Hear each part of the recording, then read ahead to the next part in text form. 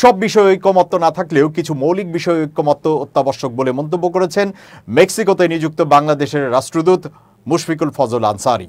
সামাজিক যোগাযোগ মাধ্যমে দেওয়া এক পোস্টে তিনি এই মন্তব্য করেন। মুশফিকুল ফজল আনসারী লিখেছেন, মনে পড়ছে নিউ ইয়র্ক টাইমসে মাত্র 2 বছর আগে প্রকাশিত সেই মর্মস্পর্শী প্রতিবেদন, বাংলাদেশে নীরবে গণতন্ত্রকে পিষে ফেলা বিচারাধীন লাখো মানুষ।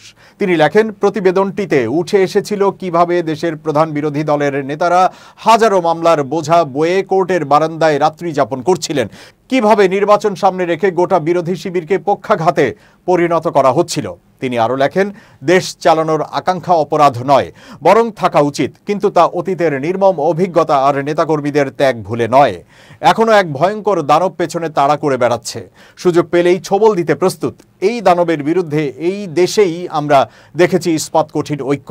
রাস্তায়, কারাগারে, মঞ্চে, বক্তৃতা, বিবৃতিতে সবাই একে অপরের দুঃখ ভাগ করেছেন, একই স্টেজ শেয়ার করেছেন, গণমানুষের জমায়েতে মাইক্রোফোন তুলে দিয়েছেন। ধানের শীষ একসময়ে হয়ে উঠেছিল সার্বজনীন প্রতীক।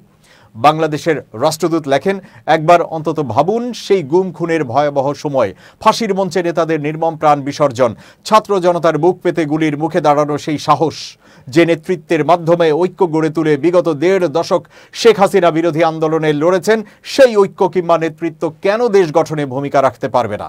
তিনি লেখেন, তবে অবশ্যই প্রধান রাজনৈতিক দলকে দেশের অভিভাবকত্ব লাভের আগে রাজনৈতিক অভিভাবকত্ব গ্রহণে আগের মতোই পারস্পরিক সমঝোতা অটুট রাখা জরুরি। সব বিষয়ে ঐকমত্য না থাকলেও কিছু মৌলিক বিষয়ে ঐকমত্য অত্যাবশ্যক। যারা ভাবতে পারেন তারা ভাবুন, নিজেদের এবং দেশের মানুষের ভবিষ্যৎ যেন আবার অন্ধকারে নিমজ্জিত না হয়।